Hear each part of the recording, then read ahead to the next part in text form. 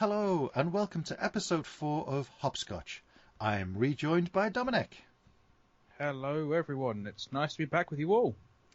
Got all your bags? Certainly do. One checked and one carry-on. And what a carry-on. As we have done before, Rob, how about you tell us where we are and what we are off to sample today? For this episode, my dear boy, we are in Austin, Texas. Excellent. Always actually wanted to come here because, well, funnily enough, the Circuit of the Americas is here. I know, and maybe we'll get to that later on. But I want to know, what's happened to the little Austin 7? Are you kidding me? I wasn't going to ship that over. And besides, look, if I was going to be in Austin, in an Austin, I'd need to be with an Austin. Well, it would have been ostentatious for me to have changed my name just for this episode. And for that pun, I'd have made you read Jane Austen. Well, it kind of falls apart there, doesn't it, because it's a different spelling. Nothing eludes you in this carefully crafted script. I tasted it earlier and it was just like Mother used to make. But talk to me about this new vehicle then. What's the new wheels? And more importantly, how do we get in it? Alright, this thing here is a 1975 Airstream Argosy 26-foot. Purchased it purposefully for our touring of North America. Isn't this magnificent? So this is our wagon then for conquering the States in a real Airstream. Yep, as much as the podcast is real, this is our real Airstream. I love it. But just the one side door then? Yeah, just the one. Well, can I sit in the driver's seat, please? You know, just to try it. Please. Oh, go on then. I know to you it screams aircraft cockpit, so go on, have a go. Oh, so much aircraft cockpit. Once you've got yourself settled and you got your bags in, you will be riding shotgun. Shotgun? Alright, so it used to mean the guard that would sit beside the stagecoach driver, they would be armed with usually a shotgun. These days, it just means the front passenger. You can relax, man. Well, I mean, we are in the south, but that's a good relief there. What's the itinerary then? All right, so we got our two main points of call for this episode. The hop portion, when we get there, is in China, Texas. There's the... let's try and work out how we pronounce this. The Spoetzel Brewery. They have an IPA called Wicked Ram that I thought would be interesting to try. Okay. And then for the Scotch segment, we'll be coming back up to Austin to try the Still Austin Whisky Company's Scotch called Daydreamer. Right, let's get going. Come on, let's get going. Has this thing got GPS and live traffic updates at all? Nope. That's all on you, buddy. Oh boy, this is going to be a long day. Yeah, I know, but I'm going to edit it down. All right, ready to go to China, Texas? It's bright out. I'm wearing sunglasses. I've half a packet of crisps. Hit it. You are never going to get that quote right, are you? Good God, not what you're writing.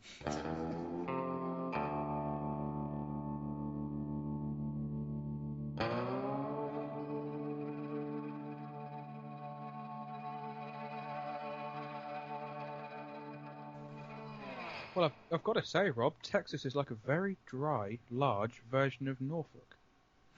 What? Well, it's so wide open and dry. I love it here. Well, you like Norfolk too, so it's natural. Much further to go. Not far. We're just turning off Alt Route 90 onto State Route 95. We almost got caught out by the Alt part earlier and ended up in Flatonia. Yeah, that wouldn't have been too bad, actually, because we could have still taken State Route 95 from Flatonia to get to the Spoetzel Brewery in China. It isn't far from the centre of town. I like this place, but you can see that it isn't as vibrant a community as it used to be. Yeah, which is a pity. I agree. I love this Western ethic and the building design as well. Yeah, the Spoetzel Brewery really doesn't fit that quite so much as it may have used to have done, but it has been a long time and is very much part of the community. It is the oldest independent brewery in Texas. China came into being in 1887 when Henry B. China donated 250 acres for a depot and right-of-way for the San Antonio and Aransas Pass Railway. It's got a population of just over 2,000 people, and they like seeing visitors in town. Cool. And the brewery itself? Well, that dates back to 1909. They struck water when drilling, I guess, for oil, and that they turned into gold by making it into beer. Huh, that's a good use. The brewery really took off when Cosmo Spotzel arrived from Bavaria, apparently by way of Egypt, and became the resident brewmaster and was for around about 50 years.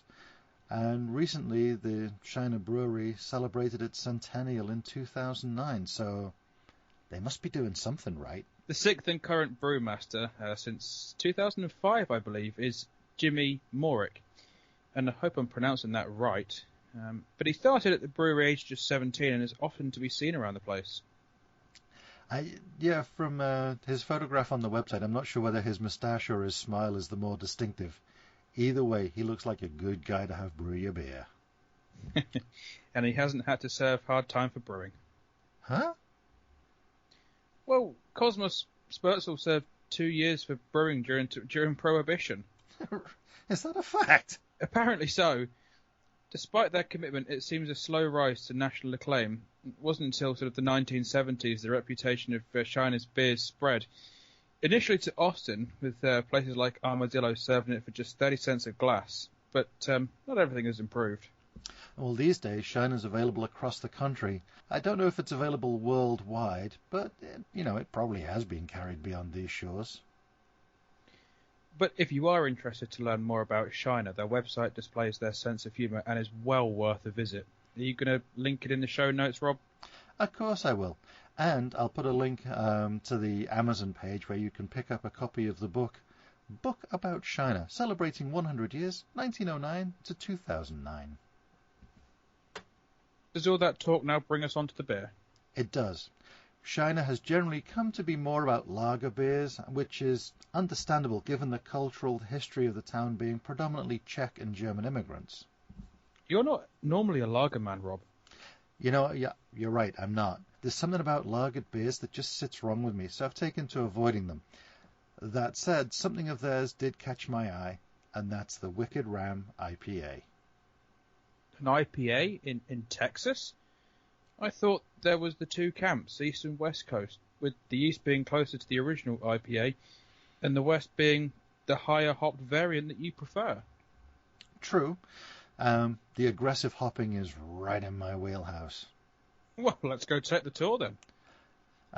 Let me just note at this point that the brewery tours are only available on weekdays. From September to May, you can take one at 11 a.m. or 1:30 p.m. And June through August, they add the 10 a.m. and 2:30 p.m. tours to their calendar. Well, I just want to also add that it says here, if you, and I quote, stop in for a tour and the first round is on us. And the second. Oh, cool. Well, I'm the one driving, so you can enjoy while we're here, and we'll get some for later on. We'll report back in shortly.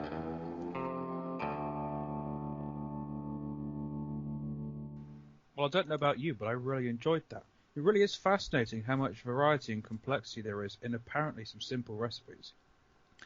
You're right, and that's what makes this such fun. There is the depth, and as you say, the complexity. And a beer can fall flat or rise with the same ingredients. But if you get the timings or the temperatures wrong, the results can be a disaster. Well, you're absolutely right. That is the skill of a master brewer, to keep that all in line. I guess at some point we should review the processes. That's a good idea. I'm going to see if we can reach out to an expert in the field to discuss some of the processes in a future episode. Well, we got a few to enjoy, but, how far are we driving tonight? Tonight, not far. Shiner's actually got an RV park, and so I thought it would be convenient for us to stop for a night. Sounds perfect to me, then. I'll stop the recording, and we can pick it up back there, then. Now, before we get to opening these, Rob, I know that you have some thoughts about how the beer is stored, or at least the IPAs. Yeah, well, that's true. The predominant beers that I like are in the ale style. They do not require the level of refrigeration that lagers do. For me personally, I think they're best served at a cellar temperature prior to serving. Refrigerating for longer is, for storage is okay, but let it warm up to a cellar temperature. Yeah, I don't like IPAs particularly served too cold. And when you say cellar temperature, what range do you mean by that? All right, so for the ales I like, you'd be looking in the 50 to 55 degree Fahrenheit or 10 to 13 degrees centigrade temperature range. The darker heavies like it a little warmer than that, and the paler beers a little colder. Okay. So the chill restricts the development of the flavours on the palate then? Yeah, I think so. I mean, you mute the nuances of the hops and... Okay. So in your professional opinion, how do you recommend we enjoy Shiner's Wicked Ram IPA? As fresh as you can. And I would say that this, at a cellar temperature, this one probably benefits. About 50 degrees Fahrenheit would be my go-to range on this. Okay. Psst. And it's a twist-off cap, which is easy. The website has some information on why they use a twist-off cap. Oh, really? Why is that? To get to the beer inside. Really? They're as bad as you are, or vice versa? Probably. Anyway, I am going to pour this into my favoured tulip-shaped glass. Now, does that tulip-shaped glass add to the flavour? Nope. It's just easier to hold. I see. So I'm going to pour it tilted to avoid the large head that can form if you pour it too fast. And there you go. You can read a lot about some head retention. You can do. Mostly I want it to produce some head. You want to pour the beer so it does generate some head, and that helps the CO2 to escape the beer, leaving all of it in there. So if you pour it in such a way as you get no head, you're keeping all the gas trapped inside the beer, and you can feel bloated and gassy afterwards. Oh, okay. So the nose then, it's sweet, sort of caramelly, but citrusy too. See, it's fresh and it's not too cold. It's also a nice amber colour. Seems a little hazy, but not too bad. Kind of like a long summer sunset. Well, listen to you. Hey, it's about time I got the hang of something. That's right. So, in the mouth, there is that malt backbone, and that's where you were getting those caramel smells from. Also, for me, the carbonation helps lift the flavour of the hops, and they're there. Yeah. You're right, I get that too. Yeah. What are they using for this? They're used, and where's my list? Here we go. So there's Bravo, Crystal, and Centennial hops. I may be corrected, but I think they're all dry hopped in this. Well, at 6%, I could do with another 1 or 3 of these. Yeah, mid-range on the bitterness, so the hop madness is not there, but yeah, I could have a few more of these. Well, as IPAs, I could almost session these. Bit heavy at 6% for a real session beer. Well, bought a 6-pack, so we have another couple each for tonight. Well, I'm in for that. All right, I think we should probably fade this out and before we forget to stop that we're recording. We do not need more hours of wasted tape. Yeah, not again.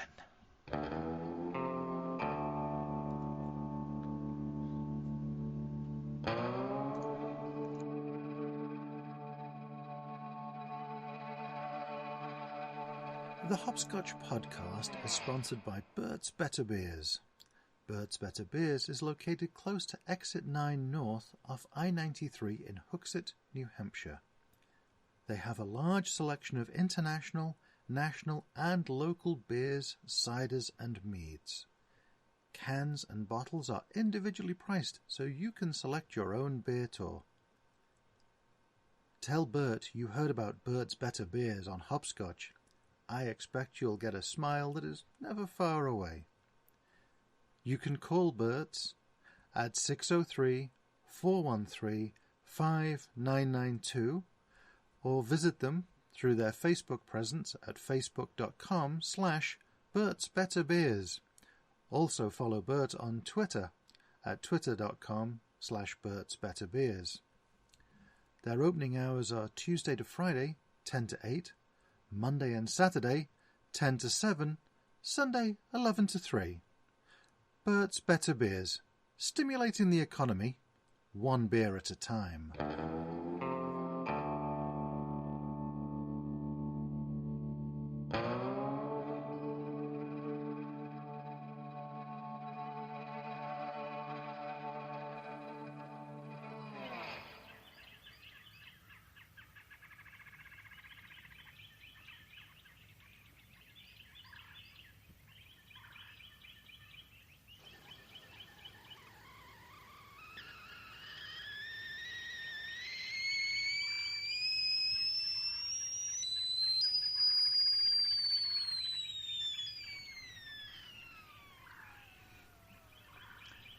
Good morning, Dominic. Oh, why are you always up so early? You got 5 minutes while this steeps.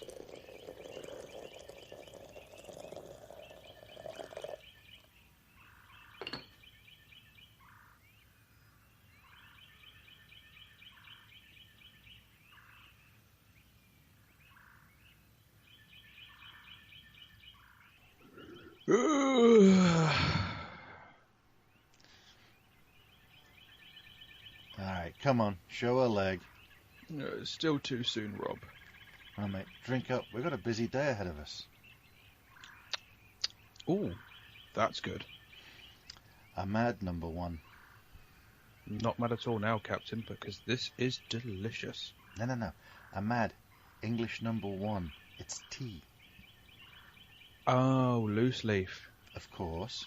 No, of course. Alright, mate, eat this and we'll be off. What? A bacon butty with HP sauce? Is it my birthday? No, but you really will think it's your birthday. Come on, eat up. We need to get going. Where to? We're off to Austin and the Circuit of the Americas. Seriously? Yeah, seriously. We don't have all day there, but I thought we might go out on track. But how? Not in this Argosy, surely? No, not in the Argosy, although that could be fun. But quickly now, we don't want to be late. Oh, did you bring your driving license like I said you should? Of course. Good. Today you're going to need it. The Circuit of the Americas has an open-wheel driving experience. Seriously? Yep. They're using Mygale F4 cars with the 6-speed sequential boxes, so you get a mini F1 experience. Oh my god, fantastic! How much does it cost? It's $650 per person, but if you're an F1 fan or other open-wheel racing fan, I think that's pretty good value. That's a bargain for me. I'm going to read up on this before we get there. Sure, here's the notes. I almost hope it rains today. Why do you want it to rain today? Don't you want to do this? No, they do it rain or shine, but can you imagine going down the main straight with full wets on? What a rooster tail that's going to produce. Oh, there you go. So, Rob, the taste of the race program lasts an hour and a half then, during which time they get you experience with full race simulators and then out onto the track to wreck the course. And then, of course, you've got to suit up. You've got to suit up. And then they have the lap of 2.3 mile national circuit and finally 3 intense laps around the full 3.4 mile Grand Prix circuit. That's right in your cockpit, isn't it? Oh yeah.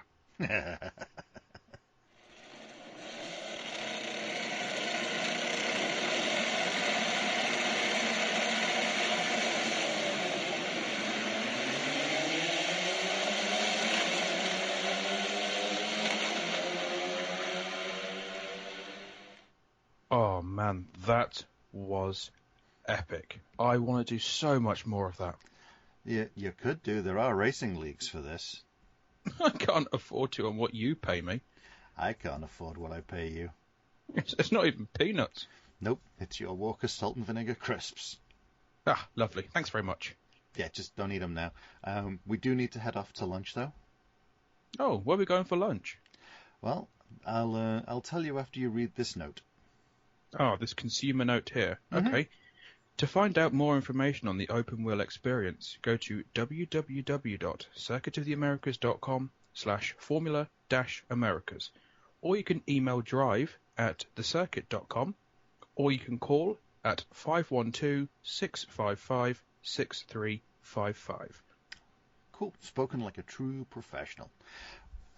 Right then, that's lunch, everyone. Thank you. It's just the two of us now, Rob. I know, I just didn't want all of them to know that we're off to Stubbs Barbecue.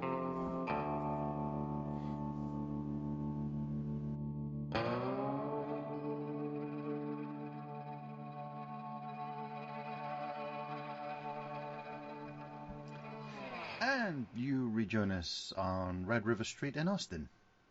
Out front of Stubbs Barbecue. Why this place, Rob? A couple of reasons. One is to make up for my previous ignorance. I'd seen bottles of Stubbs barbecue sauce on shelves in the local grocery store, and I just assumed that, it was just another brand. I had no idea that there was a real history to this place. And how did I find that out, I hear you about to ask? Well, I was looking at Stevie Ray Vaughan videos, and there was one of a bootleg recording of a performance that he gave here. He was about 22 at the time of the recording, so just before he became this mega superstar. And it's pre-Double Trouble, they would call themselves at the time Triple Trouble. I mean, that's all well and good, but right now all I can hear is my empty stomach. All right, fine. Let's go in. So, while Dominic takes a quick scan of the menu, it's worth knowing a little more about the guy that founded this restaurant. Stubb was born as Christopher B. Stubblefield in Navasota, Texas, and was one of 9 sons to the family. In the 30s, the family moved from Navasota to Lubbock, where they were there to pick cotton, and it was during this time that Stubb learned to cook in local restaurants and hotels. He left Lubbock to serve in the Korean War as a staff sergeant in the 96th Field Artillery, which was the last all-black Army infantry. During that time, he perfected his culinary skills for cooking for a lot of people, because he was there overseeing the preparation of meals for up to 10,000 soldiers at a time, which I understand is quite a lot, but certainly if you're going to be in the restaurant trade, is a heck of a good start. So after he returned, he opened his first restaurant in Lubbock in '68, where he had a barbecue pit and a jukebox filled with his love of vintage blues music. And then during the 70s, the restaurant became part of the explosion in blues music in Austin, where, along with people like Stevie Ray Vaughan, there was Joe Ely, and then some of the names that you just revere: Muddy Waters, John Lee Hooker, Willie Nelson, Johnny Cash, Robert Cray, Clarence Gatemouth Brown, and Stevie Ray Vaughan's brother, Jimmy Lee Vaughan, played with the Fabulous Thunderbirds. And even people like Linda Ronstadt made an appearance here, and George Thorogood too. I'd like to think that if either of us had been at the right age at that time, we'd have been regulars here. Yeah, wouldn't that have been nice? Man, seeing What all a setup, what a list. Yeah, I mean, seeing all these people as they are coming into their full force, just listening to the bootleg of Stevie Ray Vaughan from here, it's got that rich sound. You can just hear the mastery of his music and his instrument, and see that he's still growing and loves everything he's doing, which I think was true all throughout his career, which was so tragically cut short. But seeing people like John Lee Hooker, man, wow. Yeah. Clarence Gatemouth Brown, Muddy Waters, blues legends, man. And in a small venue like this, where it'd be that much more intimate than in an arena where, we can all get to, Oh, yeah. Absolutely. How amazing. So, yeah, it makes me feel like maybe I should pay more attention to the stuff that's on around me and go and see some other bands. But, you pays your money, you takes your choice. Talking of paying your money and taking your choice, have you had a little look at the menu? Well, I have. The problem that I always have whenever I look at a menu like this is it's the agony of choice. There is so much on the menu and only so much that I could eat. Yes, you either need to be twice your size before you start or reconcile yourself to being twice the size by the time you're done. I think I could easily reconcile being twice the size. All in a good cause. Right, sure. One of the things I noticed when I was reviewing the menu is that they have appetizers and they have your main course, and damned if they're going to bother with desserts, because if you need a dessert after this, you have not done it right. Well, that's the one thing that I noticed, and I thought to myself, well, if you're gonna have a proper barbecue joint, why would you bother with dessert at all? Why would you bother with, your standard cheesecake for pudding? Oh no. You can't barbecue a Black Forest Gâteau. Oh no, that would not be cricket at all. The only crickets you're going to hear around here are the ones that didn't get that reference. That's the sign you're in the South. Mm-hmm. Amongst others. So I'm going to suggest that as good as the appetizers sound, like, I love stuffed jalapenos and tater skins, loaded tater skins, so good. Buffalo wings, yeah. Slathered in their barbecue sauce, sure. But I think we should just be here for the barbecue. We'll maybe plan another trip some other time, maybe just around this. But they've got a choice of 7 meats to go for. There is an Angus beef brisket. Well, you can also have chicken, and in my best MasterChef voice, that's chicken, juicy, smoked, and served on the bone. There's pork spare ribs that are fall off the bone delicious. Or you can have sausage. There's a house recipe, or a jalapeno cheddar. There is turkey breast that is boneless, sliced, and moist. You can have chopped beef with a robust Texas flavor. And finally, pulled pork, smoked bone-in and served shredded. Now, if you were a hipster in Shoreditch, you'd be ordering the pulled pork. But this is like no pulled pork you'll get in Shoreditch in London. No, most other places around the world. I'm going to have to go with well, you can get combinations of this stuff. So there's an all-you-can-eat family-style barbecue, which is $24 per person, where you get a choice of 3 meats, and they just keep it coming until everyone is stuffed. But I can't do that, man. You could do a Stubbs Major where you get any 3 meats and 2 sides, or the Stubbs Minor where you get 2 meats and 2 sides, or you can just do the barbecue plate where you get 1 meat and 2 sides, and you look at everybody else with signs of envy. Me, I'm going to do a Stubbs Minor. I have to go with the beef brisket and the pulled pork because it's so worth it here. They do salads too. How quaint. A Stubbs Minor, you're an absolute lightweight. It's got to be the full Stubbs Major. For me, the 3 meats are probably going to have to be that pulled pork that we talked about earlier. Yeah. I'm thinking also the house recipe sausage, but I'm also looking at that chicken, juicy, smoked and served on the bone. It just sounds to die for. I mean, the salads are interesting. There's something that I've not come across before, which is collard greens. Would you like to talk to us about collard greens there, Rob? A little bit. I believe they are basically a brassica.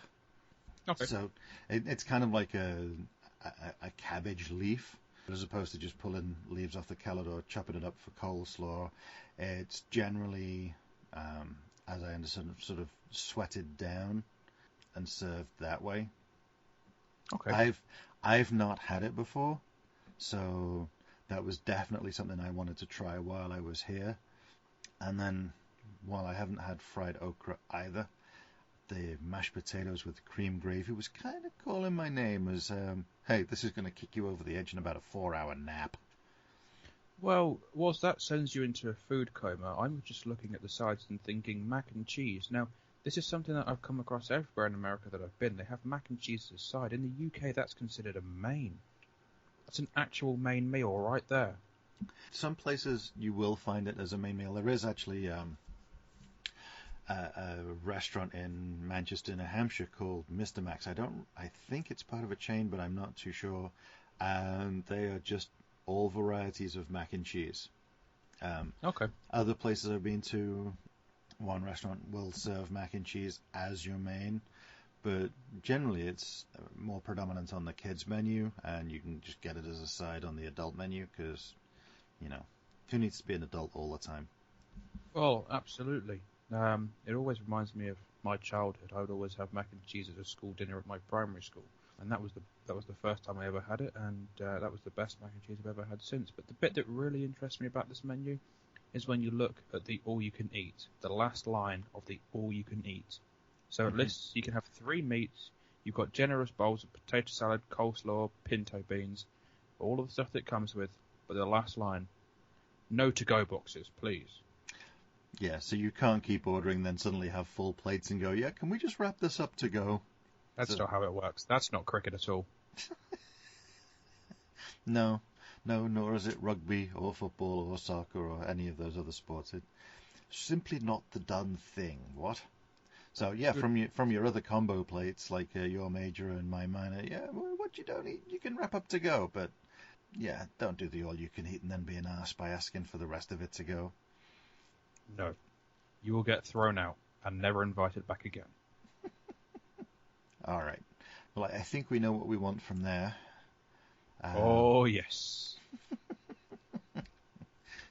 So let's order this, and I think we should probably stop the recording here so that nobody else is subject to any of the noises that you look like you are about to make. So many meats. It's like watching one of those large dogs with the jowls where it's just drooling already. You need to get you a lobster bib. Yeah, I've got a bib coming. I've got a bib and a mop. All right, before we have to clean this place up for them, let's get this order in, and we will rejoin you fine people a little later on.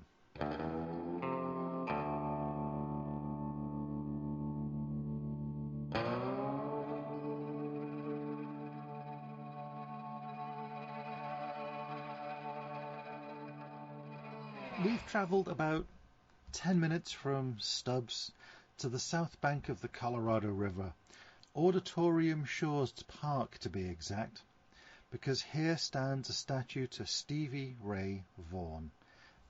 We really could not come to Austin and not pay a visit. While Stevie was born in Dallas, Austin was much more his spiritual and musical home. And of course, whilst the statue is at least twice my height, it definitely falls short of the statue that the man himself was. Of course, not that I ever got to meet him. I think we can agree it represents an image of him, in the same way that his versions of Little Wing and Voodoo Child were not meant to duplicate Hendrix, but be an expression of love towards him. Absolutely, I have to agree with you absolutely there. Little Wing, for example, is an instrumental piece gains because it underpins the prowess of both. And not that he didn't take influence from others, but he built upon that in his own compositions, and you can see and hear and feel the honorifics that he's paying back. Something tells me, Rob, we're just not going to do him justice, are we? Not even close. I mean, I think we'd need an hour-long show and request the rights to use all sorts of samples of his music, so not going to do that. Well, just as a suggestion, should we put links in the show notes to follow later on? I can do that. Yeah, let's. We can put some links into the official website, Spotify, and maybe also the YouTube video of the bootleg concert from Stubbs. Good man. Yeah, I think that would work out well. Yeah. We can't do justice to SRV unless you're hearing him, and at which point, if you're hearing him, you're not listening to us. So, after the episode, go explore those links. After the episode. After. Not before. After.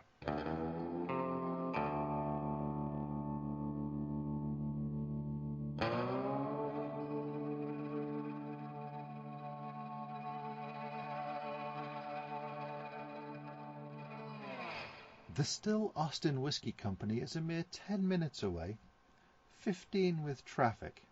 20, and there wasn't much traffic. Okay, listen, Dominic. You try driving this thing around roads that you don't know either. Nope. You were the one that bought the 26-foot model. Did you want to share the bed at the back? Not particularly. Well then, it was only a few extra minutes. I mean, I was only just saying. All right then, listen. 10 minutes from Stevie Ray Vaughan's statue, 20 if you don't know your way around. That's better. Thank you. Is the Still Austin Whisky Company, located at 440 East St. Elmo Road in Austin, not East Street Elmo Road as I first thought. You will also find on East St. Elmo Road the Austin Winery and the St. Elmo Brewing Company. So we could have just parked the bus and done the whole episode from this location, but where's the fun in that? Exactly. Still Austin was co-founded by 3 Austin families and backed by a group of friends and other supporters. And it's still locally owned and operated in Austin. They opened their doors on the 23rd of September 2017. Now, the location is open Thursday and Friday from 1 p.m. and Saturday and Sunday from noon. Tours are available, but we do recommend consulting the website for times and possibly even calling ahead. Well, calling ahead, I think, is always going to be recommended. On the tour, one of the things that they will show off is their 42-foot bourbon still that was custom made in Scotland by Forsyths Limited. It's a Kofi still, and we will let them explain exactly what it is and how it works to you. Was that supposed to be an attempt at a Scottish accent? Better than you could do. Granted. But what attracted your attention to visit here, though, Rob?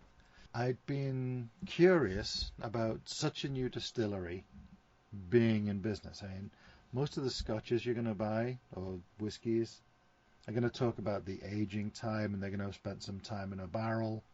How can a place that's only been open since September 2017 be producing and selling whiskey? Well, that's a good point. And of course, the expectation of whiskey is that it will have been barrel aged for a good 10 years, give or take. So, from reading on what they say, they are barrel aging some bourbon. However, these days you also need to turn a revenue in a hurry. Well, how can you accomplish that? I mean, you can't exactly hurry the aging process. I looked in the mirror, I felt that you could. So the other alternative is they just skip it altogether. Do what now? All right. They have a line that they call new make. And what that means in whiskey terms is it's whiskey taken straight from the still, so it isn't barrel aged. Not aged? Well, that's going to upset the whiskey purists. Probably. Purists tend to find something to get upset about, including us, I imagine. Who wouldn't? But what imparts the flavour then? They have 3 approaches so far. The first is simply new make, that is designed to express the terroir of the grains. Good pronunciation. Thank you. So, to explorers about as an honest, clean Texas whiskey you can get them. Exactly. So, if you're feeling more adventurous, they do have Mother Pepper whiskey, and that's flavoured with chile piquant, smoked serrano, and ají amarillo, and all those were easier to type than they were to say. It sounds aggressive. Both the ingredients and you saying it. I agree. And I found that for my palate, the beverages that are using that sort of a heat from a hot pepper just not working for me. I may be adding to a recipe to really bring the flavors forth in like a really good chili, but I don't know that I'd want to add this to a chili. Well, I'm not sure that I would either, but what was it here that did take your fancy then? Well, I did see that they have one that they call Daydreamer, and that's flavored with Valencia, Tangelo, and Bergamot citrus flavors. Well, what do you expect from that? And I'm going to say something very Austin. That while the Scotch whisky that you and I both enjoy conjures old leather armchairs beside a roaring fire as the rain lashes against the window. This should be more evocative of warm summer evenings with friends, a dip in the pool, some barbecue. I like the sound of that. There's the balance of the warmth of the alcohol and the lightness of the citrus. It doesn't cling to the palate as much as an orange liqueur, though. No, it doesn't. Those are much more syrupy. This is very pleasant.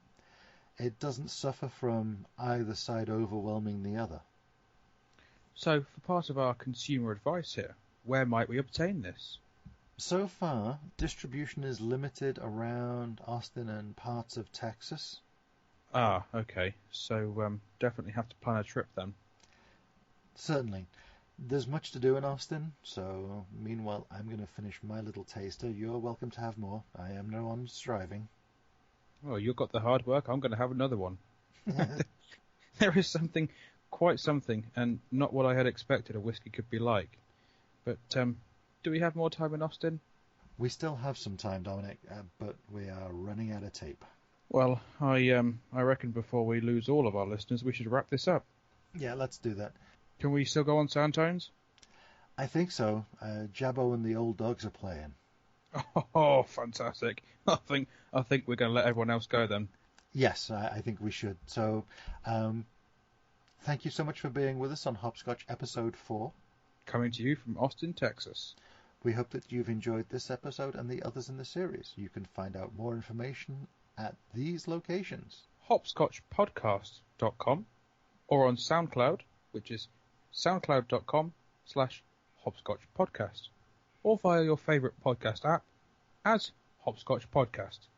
Look for the grey logo and the Twitter account, and that Twitter account is at HopScotch Podcast. That podcast has an A lopped out of it, thanks to the character limit on Twitter. Thank you, Twitter. And with that, thank you all very much for listening. A very good night to you. Good night.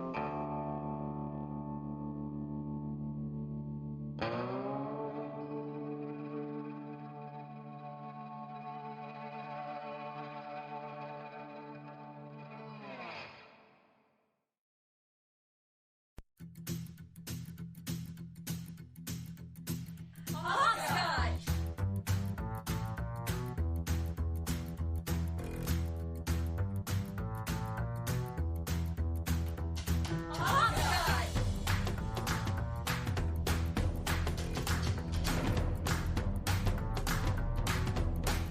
HopScotch! HopScotch!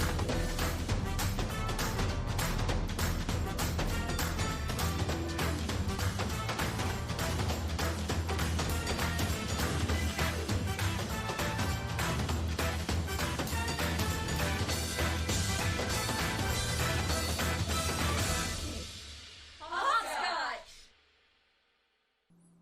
Some of the sound effects used in the production of this podcast have been obtained from FreeSFX. They are available at http://www.freesfx.co.uk.